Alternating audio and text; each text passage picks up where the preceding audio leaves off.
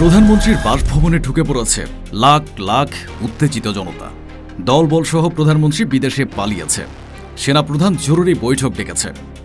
দেশ এখন সরকার শূন্য। এমন পরিস্থিতি তখনই তৈরি হয় যখন গণঅভ্যুত্থানের মাধ্যমে সরকারের পতন হয়। বাংলাদেশ, পাকিস্তান, নেপাল ও মিয়ানমার সবগুলো দেশে একাধিকবার গণঅভ্যুত্থানের মাধ্যমে সরকারের পতন হয়েছে। কিন্তু ভারত এখানে ব্যতিক্রম। ভারত স্বাধীনতা পেয়েছে প্রায় ৮০ বছর আগে। এই দীর্ঘ সময় মোট ১৪ জন প্রধানমন্ত্রী ২২ বার ক্ষমতায় বসেছেন। প্রতিবারই ভোটের মাধ্যমে ক্ষমতার পালাবদল ঘটেছে, কোনো অভ্যুত্থানের মাধ্যমে নয়। অথচ ইউরোপের সভ্য দেশ থেকে আফ্রিকার দরিদ্র দেশ, এমনকি মিডল ইস্টের ধনী দেশ, সবখানে গণঅভ্যুত্থানের মাধ্যমে সরকারের পতন ঘটেছে। ভারতে দারিদ্রতা আছে, বেকারত্ব আছে। ভারতের কৃষকেরা রাস্তায় নামে, দলিতরা নিপীড়নের শিকার হয়। মণিপুর জ্বলছে, কাশ্মীরে সমস্যা আছে। ভারতে হিন্দু, মুসলিম, খ্রিস্টান ত্রিমুখী সাম্প্রদায়িক দাঙ্গা হয়েছে। দুর্নীতি রাষ্ট্রের রন্ধ্রে রন্ধ্রে, মিডিয়ার বড় অংশ সরকারের পকেটে, বিরোধীরা মামলার চাপে। তবুও ভারত গণঅভ্যুত্থানে সরকার পতনের ঝুঁকিতে নেই। কারণ ভারত হল বিশ্বের সবচেয়ে বড় গণতন্ত্রের দেশ এবং তাদের একজন অজিত দোভালের মতো মাস্টার মাইন্ড আছেন। কিন্তু এই দুইটি কারণ তো সবার জানা। বাকি কারণগুলো কি যা ভারতকে শান্ত রেখেছে? ক্যাপসুলের আজকের পর্বে জানবেন কোন কোন কারণে ভারতে কখনো গণঅভ্যুত্থানের মাধ্যমে সরকারের পতন হয় না এবং ভবিষ্যতে হওয়ার সম্ভাবনা প্রায় শূন্যের কাছাকাছি। প্রথম কারণ হল ভারতের বিশালতা ও অপূর্ব সরকার ব্যবস্থা। ভারতে একসাথে দুটি সরকার কাজ করে, একটা রাজ্য সরকার আর একটা কেন্দ্রীয় সরকার। এই দ্বিস্তরীয় কাঠামোটা ভারতের রাজনৈতিক বাস্তবতাকে এমনভাবে ভাঁজ করে রেখেছে যে গণঅভ্যুত্থানের মতো একটা বড় বিস্ফোরণ ঘটানো অসম্ভব। বাংলাদেশে ঢাকার পতন মানে পুরো দেশের পতন। ভারতের ব্যাপারটা আলাদা। দিল্লিতে ১০ লাখ মানুষ রাস্তায় নামলেও মুম্বাই, চেন্নাই বা কলকাতার পরিস্থিতি স্বাভাবিক থাকবে। ধরুন দিল্লিতে কেন্দ্রীয় সরকার তথা নরেন্দ্র মোদীর বিরুদ্ধে চরম আন্দোলন চলছে। সে আন্দোলন যখন দক্ষিণ ভারতের কেরালা বা তামিলনাড়ুতে পৌঁছায় তখন তার তেজ কমে যায়, কারণ ওই রাজ্যগুলোতে শাসন করছে ভিন্ন দলের রাজ্য সরকার। মানুষ ভাবে আমার রাজ্যের সরকার তো আলাদা, আমি কেন দিল্লির আন্দোলনে যোগ দেব? ২০১৯ সালের নাগরিকত্ব সংশোধনী আইন বা সিএএ এর বিরুদ্ধে ভারত জুড়ে আন্দোলন হয়েছিল। এ আইনের ফলে দিল্লি ও উত্তরপ্রদেশ প্রায় ২০ থেকে ২৫টি শহরে সংঘর্ষ হয়। ৫০-এর বেশি মানুষ মারা যান। কিন্তু কেরালা, তামিলনাড়ু ও পশ্চিমবঙ্গে অতটা তীব্র আন্দোলন হয়নি, কারণ ওই রাজ্যগুলোতে মুখ্যমন্ত্রীরা ঘোষণা দিয়েছিলেন সিএএ আইন আমাদের রাজ্যে কার্যকর হবে না। তখন যে মানুষগুলো মোদির বিরুদ্ধে রাস্তায় নামতে পারত তারা ঘরে বসে ভাবছে, ঠিক আছে, আমাদের মুখ্যমন্ত্রী তো আইন ঠেকিয়ে দিয়েছেন। কলকাতার আরজিকর মেডিকেল কলেজে ২০২৪ সালে একজন চিকিৎসককে ধর্ষণ ও হত্যার ঘটনা ঘটল। পুরো পশ্চিমবঙ্গ রাস্তায় নামল। কিন্তু সে আন্দোলন কার বিরুদ্ধে ছিল? রাজ্য সরকারের বিরুদ্ধে, মানে মমতা ব্যানার্জির বিরুদ্ধে। কেউ নরেন্দ্র মোদীর দিকে আঙুল তোলেনি। পশ্চিমবঙ্গের মালদেহের মানুষ বেসিক নাগরিক সেবা না পেলে তারা সব ক্ষোভ মমতা ব্যানার্জির উপর উগরে দেবেন। এই দ্বৈত সরকার ব্যবস্থার ফলে দায়িত্ব সবসময় অন্য কারো ঘাড়ে চাপিয়ে দেওয়া যায়। ভারতের ২৮টি রাজ্যে আলাদা মুখ্যমন্ত্রী, আলাদা দল, আলাদা মতাদর্শ। গণঅভ্যুত্থান হতে গেলে দেশের বেশিরভাগ মানুষের ক্ষোভের টার্গেট একটা হতে হয়। ভারতে তা হয় না। পাঞ্জাব বা উত্তরপ্রদেশে কৃষক আন্দোলন চললে অন্য রাজ্যে চাকরির জন্য আন্দোলন চলে। বিহারে দ্রব্যমূল্যের বিরুদ্ধে আন্দোলন চলে। তামিলনাড়ুতে হিন্দি আরোপের বিরুদ্ধে আন্দোলন হয়। সবার ক্ষোভ আছে, কিন্তু সব ক্ষোভ আলাদা দিকে ছুটছে। ফলে আন্দোলন হয় কিন্তু গতি আসে না। প্রতিটি আন্দোলন একটু পরেই ঝিমিয়ে পড়ে। এবার আসা যাক দ্বিতীয় কারণে। একটা দেশের আন্দোলনে সরকার পড়ে যাবে নাকি যাবে না সেটার অনেকটা পুলিশের উপর নির্ভর করে। বাংলাদেশ পুলিশ কোনো আন্দোলন দমাতে লাঠিচার্জ করলে সরাসরি প্রধানমন্ত্রীর উপর আঙুল ওঠে, কারণ পুরো পুলিশ বাহিনীর চেইন অব কমান্ড শেষ পর্যন্ত প্রধানমন্ত্রীর দিকে যায়। ভারতে সেটা হয় না। এখানে মাল্টিলেয়ার্ড পুলিশিং চলে। এখানে যে পরিমাণ পুলিশ আছে অনেক দেশে সে পরিমাণ জনসংখ্যাও নেই। ভারতের পুলিশ কাঠামো মোট ৭টি ভাগে বিভক্ত। প্রথম ভাগে আছে রাজ্য পুলিশ। ২৮টি রাজ্যে আলাদা আলাদা পুলিশ বাহিনী আছে। দ্বিতীয় ভাগে আছে সিএপিই বা কেন্দ্রীয় সশস্ত্র পুলিশ। এই কেফ মোট ৩টি স্তরে ৭টা বাহিনী নিয়ে গঠিত। প্রথম স্তরটি সীমান্ত রক্ষায়। এর অধীনে আছে আসাম রাইফেলস বা এয়ার। তারা উত্তর পূর্ব ভারতে জঙ্গি বিরোধী অভিযান ও মিয়ানমার সীমান্ত পাহারায় নিযুক্ত। বর্ডার সিকিউরিটি ফোর্স বা বিএসএফ। তারা পাকিস্তান ও বাংলাদেশের সীমান্ত পাহারায় নিযুক্ত। ইন্দো তিব্বতিয়ান বর্ডার পুলিশ বা আইটিবিএফ। তারা চীন তিব্বত সীমান্তের ৩,৪৮৮ কিলোমিটার পাহাড়ি এলাকা পাহারায় নিযুক্ত। সশস্ত্র সীমা বল বা এসএসবি। তারা নেপাল ও ভুটান সীমান্তে নিযুক্ত। দ্বিতীয় স্তরটি অভ্যন্তরীণ নিরাপত্তায়। এর অধীনে আছে সেন্ট্রাল ইন্ডাস্ট্রিয়াল সিকিউরিটি ফোর্স বা সিআইএসএফ। তারা বিমানবন্দর ও বড় বড় কারখানায় নিযুক্ত। সেন্ট্রাল রিজার্ভ পুলিশ ফোর্স বা সিআরপিএফ, তারা দাঙ্গা দমনে দক্ষ। তৃতীয় স্তরটি বিশেষ টাস্ক ফোর্স, নাম ন্যাশনাল সিকিউরিটি গার্ড বা এনএসজি। সন্ত্রাসী হামলা মোকাবেলা ও জিম্মি উদ্ধারে তারা একদম শেষ অস্ত্র হিসেবে মাঠে নামে। তৃতীয় ভাগে আছে 4 রকমের গোয়েন্দা ও গোয়েন্দা সংস্থা। 1. সিবিআই, তারা হাই প্রোফাইল মামলা হাতে নেয়। 2. আইবি, তারা সন্ত্রাস নজরদারিতে দক্ষ। 3. এনআই, তারা শুধু সন্ত্রাসবাদ সংক্রান্ত মামলা তদন্ত করে। 4. ডিআরআই, তারা চোরাচালান রুখে দেয়। চতুর্থ ভাগে আছে রাজ্য সশস্ত্র পুলিশ। এক এক রাজ্যে এরা এক এক নামে পরিচিত। পঞ্চম ভাগে আছে ইন্ডিয়ান রিজার্ভ ব্যাটালিয়ন বা আইআরবি, তারা কেন্দ্র প্লাস রাজ্য যৌথ অর্থায়নে চলে। ষষ্ঠ ভাগে আছে স্পেশাল প্রোটেকশন গ্রুপ বা এসপিজি, শুধুমাত্র প্রধানমন্ত্রী ও তার পরিবারের 24 ঘণ্টা সুরক্ষা দেওয়াই তাদের কাজ। সপ্তম ভাগে আছে 3টি বিশেষ ইউনিট, অ্যান্টি টেরোরিজম স্কোয়াড বা এটিএস, 2 সোয়াট, 3 কুইক রেসপন্স টিম বা কিউআরটি। এখন বলুন, 7 স্তরের এই বাহিনীকে পরাস্ত করে আন্দোলন চালিয়ে যাওয়া কতটা কঠিন? ধরুন পশ্চিমবঙ্গে নরেন্দ্র মোদীর বিরুদ্ধে আন্দোলন চলছে, রাজ্য পুলিশ লাঠিচার্জ করল, দোষটা কার ঘাড়ে আসবে? রাজ্য পুলিশ ও রাজ্য সরকারের ঘাড়ে। তখন মার খাওয়া জনগণ স্লোগান দেবে, পুলিশের এ কেমন বর্বরতা, মুখ্যমন্ত্রীর পদত্যাগ চাই। মাঝখান থেকে মোদীর উপর থাকা ক্ষোভটা ম্যাজিকের মতো মমতার উপর চলে আসলো। এখানে লক্ষ্য করার বিষয় হলো, কেউ মমতাকে মোদীর পারপাস সার্ভ করার দোষ দিতে পারবে না, কারণ তাদের দল আলাদা, মতাদর্শ আলাদা। এভাবে রাজ্যের উত্তাপ রাজ্যেই নিভে যায়, কেন্দ্র পর্যন্ত গড়ায় না। কিন্তু পরিস্থিতি যখন রাজ্য পুলিশের হাতের বাইরে চলে যায়, তখন কেন্দ্র থেকে পাঠানো হয় সেন্ট্রাল রিজার্ভ পুলিশ ফোর্স বা সিআরপিএফ।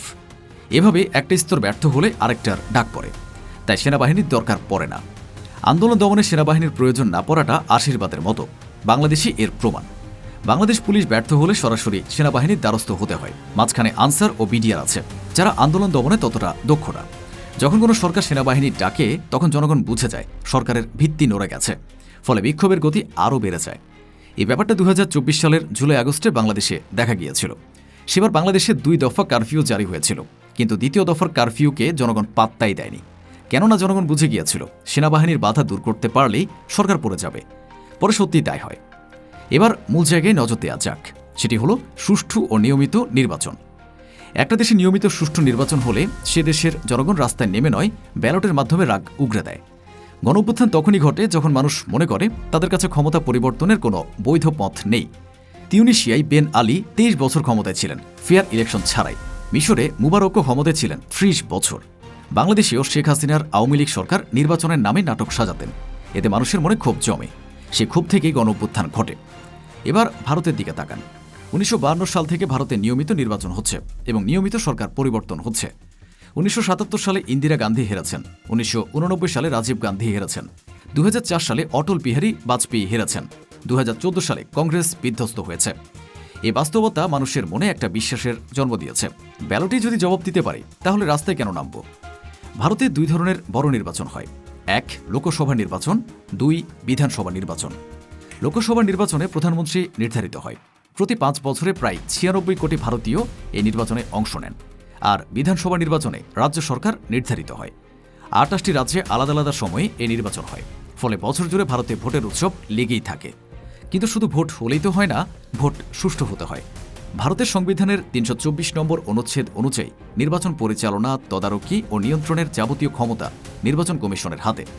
নির্বাচন কমিশন কোনো সরকারি বিভাগ বা মন্ত্রণালয়ের অধীনে কাজ করে না। এই স্বাধীনতায় কমিশনকে রাজনৈতিক চাপ ছাড়া সিদ্ধান্ত নেওয়ার সাহস দেয়। অনেক সময় ক্ষমতাসীন দলও রাজ্যের নির্বাচনে হেরে যায়। হিমাচল প্রদেশ, কর্ণাটক, পশ্চিমবঙ্গ এসব রাজ্যে বিজেপির হার প্রমাণ করে ভোটিং সিস্টেম কতটা ফেয়ার। তাছাড়া ভারতে সবসময় শক্তিশালী বিরোধী দল ও চাপ সৃষ্টিকারী গোষ্ঠী থাকে। প্রথমে শক্তিশালী বিরোধী দলের ব্যাপারে আসা যাক। এরা সরকারকে উঠতে বসতে সমালোচনা করে। ব্যাপারটা বিরক্তিকর মনে হলেও এতে ক্ষমতাসীন দল স্বৈরাচার হয়ে উঠতে পারে না। আর চাপ সৃষ্টিকারী গোষ্ঠী হল তারাই, যারা নানান ইস্যুতে সরকারকে প্রশ্নের মুখে ফেলে। এই চাপ সৃষ্টিকারী গোষ্ঠীর মধ্যে আছেন সাংবাদিক, কমেডিয়ান, লেখক, বিশ্ববিদ্যালয় শিক্ষক সহ নানান পেশার মানুষ। তারা আছেন বলে সরকার লাগামহীন হয় না। সুতরাং বিরোধী দল ও চাপ সৃষ্টিকারী গোষ্ঠী মিলে জনগণের আশা আকাঙ্ক্ষার কথা তুলে ধরে, ফলে জনগণের রাস্তায় নেমে অভ্যুত্থান ঘটানো লাগে না। একটা স্থিতিশীল দেশে কখনোই গণঅভ্যুত্থানের মাধ্যমে সরকারের পতন হয় না। ভারতকে যিনি স্থিতিশীল রেখেছেন তিনি অজিত দোভাল। কথাটা শুনে বাড়াবাড়ি মনে হতে পারে, কিন্তু ভারতের ভেতরের ও বাইরের দুই ধরনের বিপদই যে ঢালটা এসে মুখ থুবড়ে পড়ে, ওই ঢালটা অজিত দোভালের হাতে। তাকে আধুনিক ভারতের চাণক্য বলা হয়। কেন তিনি ভারতের স্থিতিশীলতার দক্ষ কারিগর, তা বুঝতে হলে তার জীবন এবং তার প্রবর্তিত দোভাল ডক্ট্রিন বুঝতে হবে। অজিত দোভালের কর্মজীবন শুরু হয় একজন আইপিএস অফিসার হিসেবে, কিন্তু তার আসল প্রতিভা বিকশিত হয় গোয়েন্দা সংস্থা ইন্টেলিজেন্স ব্যুরো তথা আইবিতে। তিনি প্রায় 7 বছর পাকিস্তানের ছদ্মবেশে কাটিয়েছেন। এই দীর্ঘ সময় তিনি শত্রুপক্ষের মনস্তত্ত্ব এবং তাদের কাজের ধরন খুব কাছ থেকে দেখেছেন, যা পরবর্তীতে ভারতের কাউন্টার টেরোরিজম পলিসি তৈরিতে বিশাল ভূমিকা রেখেছে। অজিত দোভাল কোন ধাতুতে করা তা একটা রোমাঞ্চকর ঘটনার মাধ্যমে জানা যাক। 1980-এর দশকে ভারতের অমৃতসরের স্বর্ণ মন্দির বিচ্ছিন্নতাবাদী জঙ্গিদের দখলে চলে গিয়েছিল। তারা মন্দিরের চত্বরকে দুর্গে পরিণত করেছিল। ভারত সরকার চাচ্ছিল এমন এক অভিযান যেখানে রক্তপাত হবে ন্যূনতম এবং মন্দিরের পবিত্রতা রক্ষা পাবে। অজিত দোভাল তখন ইন্টেলিজেন্স ব্যুরো আইবিতে কাজ করতেন। জঙ্গিদের ভেতরের খবর জানার জন্য তিনি এক দুঃসাহসিক পরিকল্পনা করেন। দোভাল একজন সাধারণ পাকিস্তানি রিকশা চালক এবং পাকিস্তানি গোয়েন্দা সংস্থা আইএসআই এর এজেন্ট সেজে স্বর্ণমন্দিরের আশেপাশে ঘুরতে শুরু করেন। তিনি সফলভাবে জঙ্গিদের বোঝাতে সক্ষম হন যে পাকিস্তান থেকে তাদের সাহায্য করার জন্য পাঠানো হয়েছে। জঙ্গিরা তাকে বিশ্বাস করে মন্দিরের ভেতরে নিয়ে যায়। দোভাল প্রায় 10 দিন মন্দিরের ভেতরে কাটান। সেখান থেকে তিনি যে তথ্যগুলো বাইরে পাঠান তা অভিযানের মোড় ঘুরিয়ে দেয়। তিনি জঙ্গিদের সঠিক সংখ্যা এবং তাদের কাছে থাকা অস্ত্রের পরিমাণ নিজ দেশের গোয়েন্দাদের জানান। দোভালের দেওয়া তথ্যের ভিত্তিতে ন্যাশনাল সিকিউরিটি গার্ড তাদের কৌশল সাজায়। মন্দির চত্বরে সরাসরি আক্রমণ না করে এনএসজি স্নাইপাররা আশেপাশের উঁচু ভবন থেকে জঙ্গিদের লক্ষ্যবস্তু বানায়। দোভালের তথ্যের ভিত্তিতে মন্দিরের পানি ও বিদ্যুৎ সংযোগ বিচ্ছিন্ন করে দেয়া হয়, যাতে তারা দীর্ঘ সময় টিকে থাকতে না পারে। ফলে কোনো বড় ধরনের সম্মুখযুদ্ধ ছাড়াই জঙ্গিরা মানসিকভাবে ভেঙে পড়ে এবং 1988 সালের 18 মে প্রায় 200 জন জঙ্গি আত্মসমর্পণ করে। অপারেশন ব্ল্যাক থান্ডারের সাফল্যের পর অজিত দোভালকে ভারতের 4র্থ সর্বোচ্চ বেসামরিক সম্মান কীর্তিচক্র প্রদান করা হয়। তিনি প্রথম কোনো পুলিশ অফিসার বা গোয়েন্দা যিনি সামরিক সম্মাননা হিসেবে এই পদক পান। ভারতের মন্ত্রীরা আসেন, কাজ করেন, অবসরে যান, এটাই স্বাভাবিক ব্যাপার। কিন্তু নরেন্দ্র মোদীর জাতীয় নিরাপত্তা উপদেষ্টার পদটা অপরিবর্তিত থাকে। এটা অজিত কুমার দোভালের। 2014 সালে প্রধানমন্ত্রী মোদী সরকার যখন প্রথম মেয়াদ শুরু করে, সে সময় জাতীয় নিরাপত্তা উপদেষ্টা হিসেবে নিয়োগ করা হয়েছিল অজিত দোভালকে। সে বছর এক বক্তৃতায় গোটা দুনিয়ার সামনে তিনি পাকিস্তানের উদ্দেশ্যে বলেছিলেন, you can do one Mumbai, you may lose Balochistan. মানে যদি তোমরা আবার মুম্বাই অ্যাটাকের মতো পরিকল্পনা করো তাহলে বেলুচিস্তান হারাবে। 2019 সালের 4 জুন তার পদের আরও 5 বছরের জন্য মেয়াদ বৃদ্ধি করা হয়। 2024 সাল থেকে তিনি আরও 5 বছরের জন্য দায়িত্ব পান। প্রশ্ন আসতে পারে, দোভাল কিভাবে গণঅভ্যুত্থান ঠেকায়? তিনি 3 ভাবে অবদান রেখেছেন। 1. দেশের স্থিতিশীলতা ধরে রেখে। 2. সরকারের ইমেজ বাঁচিয়ে। 3. গোয়েন্দা নজরদারিতে বিশ্বশক্তির কুটচাল রুখে। অজিত দোভাল আসার আগে ভারতের নীতি ছিল অনেকটা আত্মরক্ষামূলক, কিন্তু তিনি এসে অফেন্সিভ ডিফেন্স তত্ত্ব প্রবর্তন করেন। এই তত্ত্ব অনুযায়ী শত্রু আক্রমণ করার আগেই তার পরিকল্পনা দুর্বল করে দেওয়া হয়। সহজভাবে বললে নিজের মাঠে বসে শুধু প্রতিরক্ষা না করে শত্রুর মাঠে গিয়ে তাকে প্রতিরক্ষায় বাধ্য করাই হল অফেন্সিভ ডিফেন্স। ভারত এখন এই নীতিতেই চলছে। ভারতের ভৌগোলিক অবস্থান অত্যন্ত চ্যালেঞ্জিং। দেশটির একদিকে পাকিস্তান, অন্যদিকে চীন। দোভালের নেতৃত্বে ভারত এই দুই ফ্রন্টেই কঠোর অবস্থান নিয়েছে। উরি এবং পুলওয়ামা হামলার পর ভারত যে প্রতিক্রিয়া দেখিয়েছে তার মূল পরিকল্পনাকারী ছিলেন দোভাল। এসবের ফলে ক্ষমতাসীন বিজেপি সরকারের ভাবমূর্তি জনগণের সামনে উজ্জ্বল হয়েছে। তারা ভাবছে ভারতের স্থিতিশীলতার চাকা সচল রাখতে হলে বর্তমান সরকারের বিকল্প নেই। এমন ভাবনা জনগণকে রাস্তায় নামতে দেয় না। এদিকে ভারতের স্থিতিশীলতা নষ্টের জন্য বিদেশি শত্রুর মতো নিজ দেশের শত্রুরাও তৎপর। 32,87,263 বর্গ কিলোমিটারের দেশ ভারতের একাধিক জায়গায় বিদ্রোহী সশস্ত্র গোষ্ঠী আছে। এদের সামলানোর ক্ষেত্রেও অজিত দোভাল মুন্সিয়ানা দেখিয়েছেন। নিজ দেশে বিদ্রোহ দমনে ভারত প্রধানত 3টি ফ্রন্টে কাজ করছে। প্রথম ফ্রন্ট হল উত্তর পূর্ব ভারত তথা 7 সিস্টার্স। এখানে ভারত শান্তি চুক্তি করে রেখেছে। তাছাড়া বিদ্রোহীরা যাতে অস্ত্র ও জায়গা না পায় তা মনিটর করা হয়। দ্বিতীয় ফ্রন্ট হল বামপন্থী উগ্রবাদ বা নকশাল দমন। ভারতের মধ্য ও পূর্বাঞ্চলের ছত্তিশগড় ও ঝাড়খণ্ডে সক্রিয় নকশালদের দমনে ভারত সরকার সমাধান নামক একটি 8 দফা কৌশল গ্রহণ করেছে। এতে কাজ না হলে সিআরপিএফ এবং কোবরা কমান্ডোদের মাধ্যমে গহীন জঙ্গলে গিয়ে বিদ্রোহীদের আস্তানা ধ্বংস করা হচ্ছে। তৃতীয় ফ্রন্ট হল জম্মু ও কাশ্মীর। এখানে ন্যাশনাল ইনভেস্টিগেশন এজেন্সি ব্যবহার করে সন্ত্রাসীদের অর্থ যোগান বা টেরর ফান্ডিং নেটওয়ার্ক পুরোপুরি ধ্বংস করে দেওয়া হয়েছে। ফলে ভারত সর্বোচ্চ স্থিতিশীলতায় আছে, যা অভ্যুত্থানের ঝুঁকি কমিয়ে দিচ্ছে। তাছাড়া একটা দেশের সরকার পতনের পেছনে বিশ্ব পরাশক্তিদের হাত থাকে। একজন ছানু গোয়েন্দা কর্মকর্তা হিসেবে অজিত দোভাল তার দেশে কোনো বিশ্বশক্তির মাথা গোজার সুযোগ দেন না। ফলে অভ্যুত্থানের আশঙ্কা অনেকটাই কমে যায়। ভারত এমন একটা দেশ, এখানে এত বেশি বৈচিত্র্যতা যে অনেক মহাদেশেও এত বৈচিত্র্যতা থাকে না। এখানে ভাষা, সংস্কৃতি, ধর্ম, অর্থনীতি সবকিছুই অঞ্চলভেদে বদলে যায়। এই বিভাজন গণ অভ্যুত্থানের ক্ষেত্রে বড় বাধা হয়ে দাঁড়ায়। কয়েকটা উদাহরণের মাধ্যমে ব্যাপারটা পরিষ্কার করা যাক। প্রথমেই ভাষার বিভাজনে আসা যাক। ভারতে সরকারিভাবে স্বীকৃত ভাষার সংখ্যা 22টি, আর প্রকৃত উপভাষা ও আঞ্চলিক ভাষার সংখ্যা কয়েক শত। হিন্দি উত্তর ভারতের ভাষা হলেও দক্ষিণ ভারতের তামিলনাড়ু, কেরালা, কর্ণাটক বা অন্ধ্রপ্রদেশে হিন্দি অনেকটাই বিদেশি ভাষার মতো। এছাড়া বাংলা, মারাঠি, গুজরাটি, তেলেগু প্রতিটি ভাষাভাষী জনগোষ্ঠীর নিজস্ব সংস্কৃতি আছে। এই বাস্তবতায় যখন দিল্লিতে কোনো আন্দোলন জন্ম নেয়, তা স্বাভাবিকভাবেই হিন্দি ভাষায় হয়। দক্ষিণ ভারতের মানুষ সে আন্দোলনকে নিজের মনে করে না। তামিলনাড়ুর একজন কৃষক যখন দেখেন যে আন্দোলনের স্লোগান, দাবি এবং নেতারা সবাই উত্তরের, তখন সে মানসিকভাবে দূরে সরে যায়।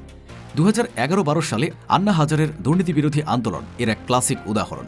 মিডিয়ায় অভূতপূর্ব সাড়া পড়েছিল, দিল্লির রামলীলা ময়দান উপচে পড়েছিল, কিন্তু দক্ষিণ ভারত, পূর্বাঞ্চল এবং গ্রামীণ ভারতে সে আন্দোলন কোনো মাথাচাড়া দিয়ে ওঠেনি। এর মূল কারণ ভাষা। আরেকটা বড় বিভাজন হলো ধর্মীয় বিভাজন। ভারতে হিন্দু, মুসলিম, শিখ, খ্রিস্টান, বৌদ্ধ, জৈন প্রতিটি ধর্মীয় সম্প্রদায়ের রাজনৈতিক স্বার্থ আলাদা। একটি আন্দোলন যদি হিন্দু জনগোষ্ঠীর বৃহত্তর অংশকে একত্রিত করতে পারে, মুসলিম সম্প্রদায় তখন প্রশ্ন তোলে, এ আন্দোলন কি আমাদের জন্যও? আবার মুসলমান যখন তীব্র আন্দোলন গড়ে তোলে, তখন হিন্দু সম্প্রদায়ের অনেকে ভাবে, এ আন্দোলন কোনোভাবে পাকিস্তান থেকে আমদানিকৃত নয় তো? এই যে সন্দেহ, এটা কখনো ঐক্য তৈরি করতে পারে না, আর ঐক্য না হলে সরকারকে টলানো যায় না। আঞ্চলিক বিভাজনও গণ অভ্যুত্থানকে আটকে দেয়। কাশ্মীরের সমস্যা কেরালার মানুষের কাছে গুরুত্ব পায় না। নাগাল্যান্ডের সংকট দিল্লির বাসিন্দাদের দৈনন্দিন জীবনকে স্পর্শ করে না। এই ভৌগোলিক দূরত্ব আন্দোলনের জাতীয়করণকে কঠিন করে তোলে। একটি সফল গণ অভ্যুত্থানের জন্য সব বিরোধী রাজনৈতিক দলকে একটি ছাতার নিচে আসতে হয়। 2024 সালের জুলাই-আগস্টে এটাই হয়েছিল। বিএনপি, জামায়াত সহ অধিকাংশ দল তখন আওয়ামী লীগের পতন চেয়েছিল, কিন্তু ভারতে এটা একরকম অসম্ভব। ভারতের নির্বাচন কমিশনে নিবন্ধিত রাজনৈতিক দলের সংখ্যা 2000-এরও বেশি। জাতীয় দল, আঞ্চলিক দল, জাতভিত্তিক দল, মতাদর্শ ভিত্তিক দল, এই বিশাল রাজনৈতিক বাজারে বিরোধী শক্তি কখনো এক ছাদের নিচে আসতে পারে না। এবার নজর দেওয়া যাক একেবারে মূল জায়গায়, সেটা হলো ছাত্র আন্দোলন। যেসব দেশে সরকার পড়ে যায়, সেসবের নেতৃত্বে ছাত্রদের দেখা যায়। দক্ষিণ কোরিয়ায় 1960 সালে ছাত্ররা রাষ্ট্রপতি সিংমান রিকে ক্ষমতাচ্যুত করেছিল। ইন্দোনেশিয়ায় 1998 সালে সুহার্তোর পতন হয়েছিল ছাত্র বিদ্রোহে। থাইল্যান্ড, ফিলিপাইন, সার্বিয়া এবং সম্প্রতি বাংলাদেশেও ছাত্ররা প্রবল ক্ষমতাধর সরকারকে ক্ষমতা থেকে নামিয়েছে। ভারতেও ছাত্র আন্দোলনের দীর্ঘ ইতিহাস আছে। জওহরলাল নেহরু বিশ্ববিদ্যালয় থেকে হায়দ্রাবাদ সেন্ট্রাল ইউনিভার্সিটি, কোনো ছাত্র আন্দোলনে কোনো সরকারকে ক্ষমতা থেকে নামাতে পারেনি। ভারতের সমাজ জাতি, বর্ণ, ধর্ম এবং ভাষার ভিত্তিতে গভীরভাবে বিভক্ত। এই বিভাজন ছাত্র আন্দোলনকে জাতীয় আন্দোলনে পরিণত হতে দেয় না। একজন দলিত ছাত্রের সমস্যা, একজন উচ্চ বর্ণের ছাত্রের সমস্যা, একজন মুসলমান ছাত্রের সমস্যা আলাদা, এবং প্রায় এই গোষ্ঠীগুলো একে অপরের বিরুদ্ধে অবস্থান নেয়। রোহিত ভেমুলার মৃত্যুর পর যে আন্দোলন হয়েছিল, সেটি মূলত দলিত এবং বামপন্থী ছাত্রদের আন্দোলনে সীমাবদ্ধ ছিল। হিন্দু জাতীয়তাবাদী ছাত্ররাও সেখানে যোগ দেয়নি, ফলে আন্দোলন কখনো গণজোয়ারে রূপ নেয় না। ভারতের অন্যতম বড় ছাত্র সংগঠন হল অখিল ভারতীয় বিদ্যার্থী পরিষদ বা ABVP। তারা বিজেপি তথা হিন্দু জাতীয়তাবাদী চেতনা ধারণ করে। এরপর আছে national students union of India বা NSU। এটা মূলত কংগ্রেসের ছাত্র সংগঠন। তারা মূলত মধ্যপন্থী, মানে ডানপন্থীও না আবার বামপন্থীও না। এরপর আছে স্টুডেন্টস ফেডারেশন অব ইন্ডিয়া বা SFI। তারা মূলত বামপন্থী। এমন নানান মতের নানান ছাত্র সংগঠন আছে। এই ছাত্র সংগঠনগুলো কখনো একই বিষয়ে আন্দোলন করবে, ব্যাপারটা একরকম অসম্ভব। ফলে ভারতের ছাত্র আন্দোলন কোনো সময় পূর্ণতা পায় না। সব মিলিয়ে বলতে হয়, ভারতে গণ অভ্যুত্থান না হওয়াটা কোনো কাকতালীয় ঘটনা না। ভারতের এই গণতান্ত্রিক ও সাংস্কৃতিক ফিল্টার যতদিন সচল থাকবে, ততদিন এখানে গণ অভ্যুত্থানের মাধ্যমে সরকার পতনের সম্ভাবনা কেবল ক্ষীণই নয়, বরং প্রায় অসম্ভব।